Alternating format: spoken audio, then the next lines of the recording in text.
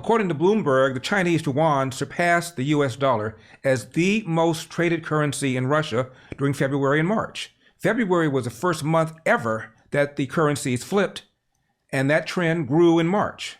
What does this mean for the dollar?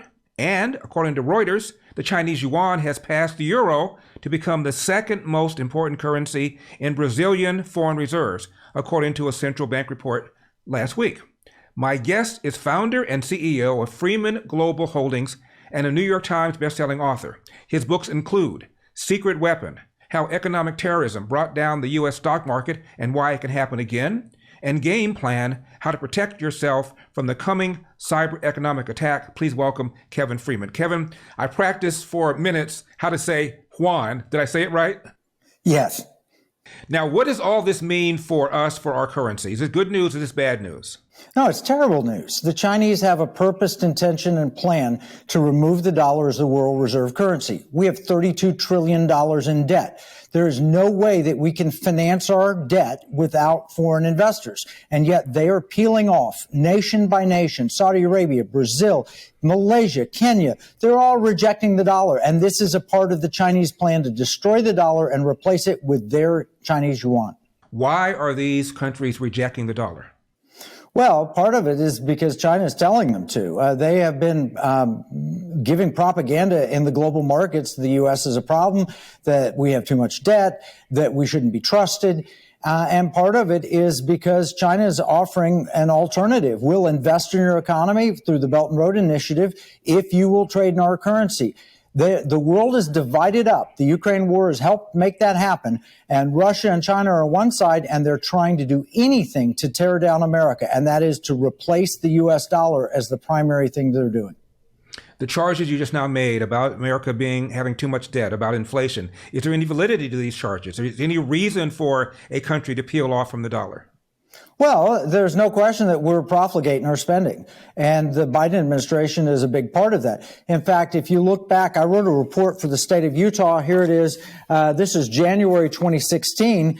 This report for the state of Utah said that we have a total, I think it was $18 trillion in debt.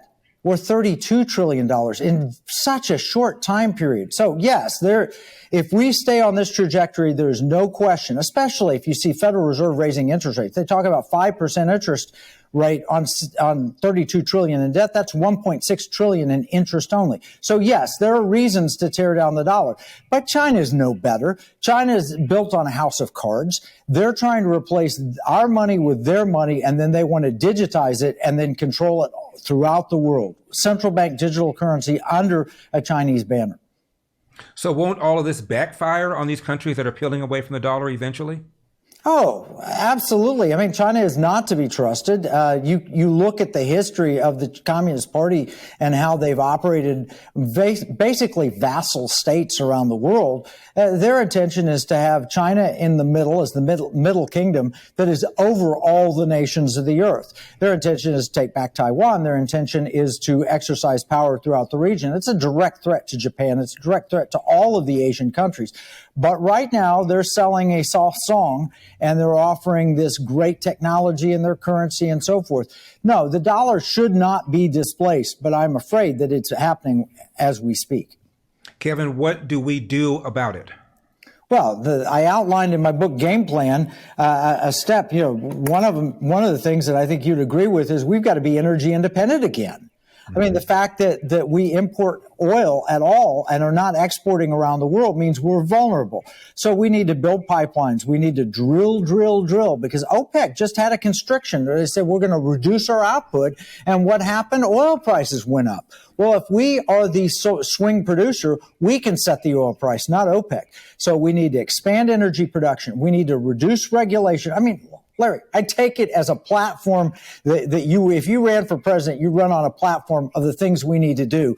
And that is reduce regulation, reduce excess spending, move services back to the states and to the people, as much free enterprise as possible, get energy independent. These are the kind of things that we ought to be doing. One of the things that I plan on doing, assuming I run for office, Kevin, is propose that we amend the Constitution so that we fix spending to a certain percentage of the GDP, with exceptions for war and for natural disaster. Otherwise, both parties spend, Republicans spend, Democrats spend. We have to tie the parties' hands. No, there you go. Exactly that. Those are the kind of things that you do to shore up confidence in the dollar.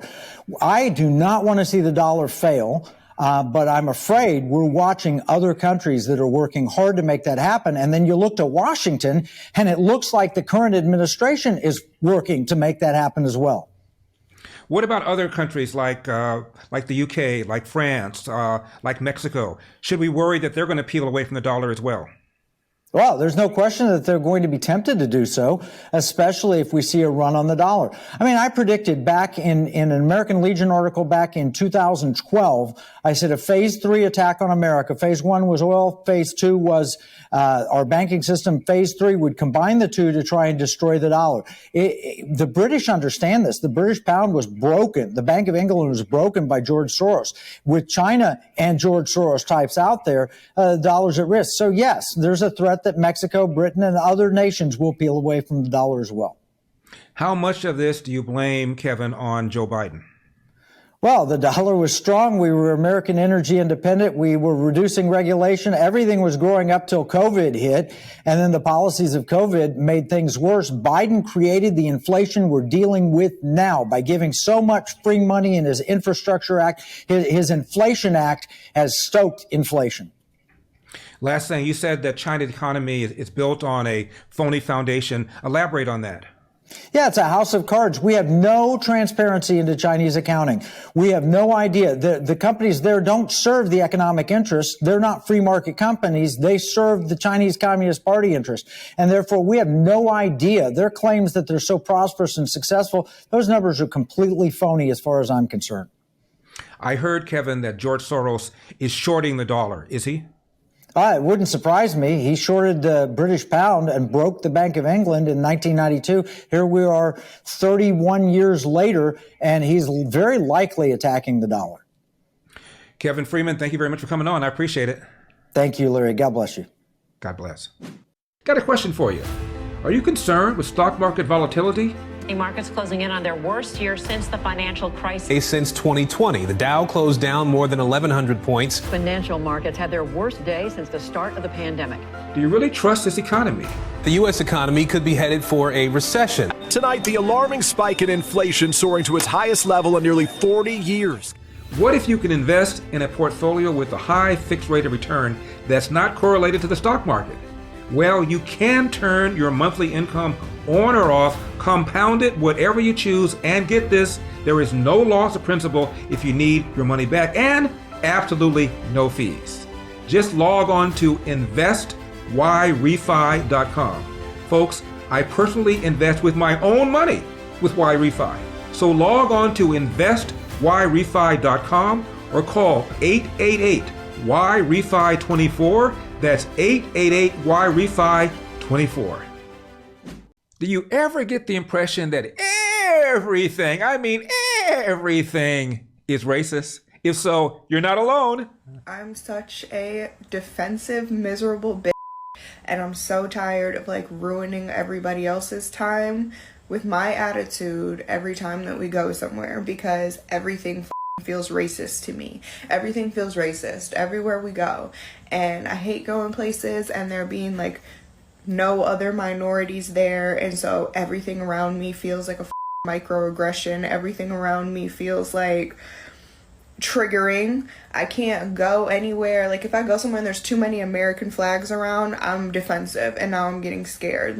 When the crowd last night and the crowd is chanting USA, USA, now I'm starting to panic. And it's other people are fine, other people are cool, the situation is what it is, but not to me. To me, it's so triggering, and so I'm uncomfortable, and then I make everyone around me uncomfortable, and I need to figure out why. Oh, the humanity! This lady needs a shrink. Now, this man back in 2005 offered his own prescription to deal with the racism that has triggered her and caused her to have a microaggression. He was serious too. Note the clapping. This was in 2005. His name is Kamal Kaban, and he taught Africana Studies at North Carolina State University. Watch this.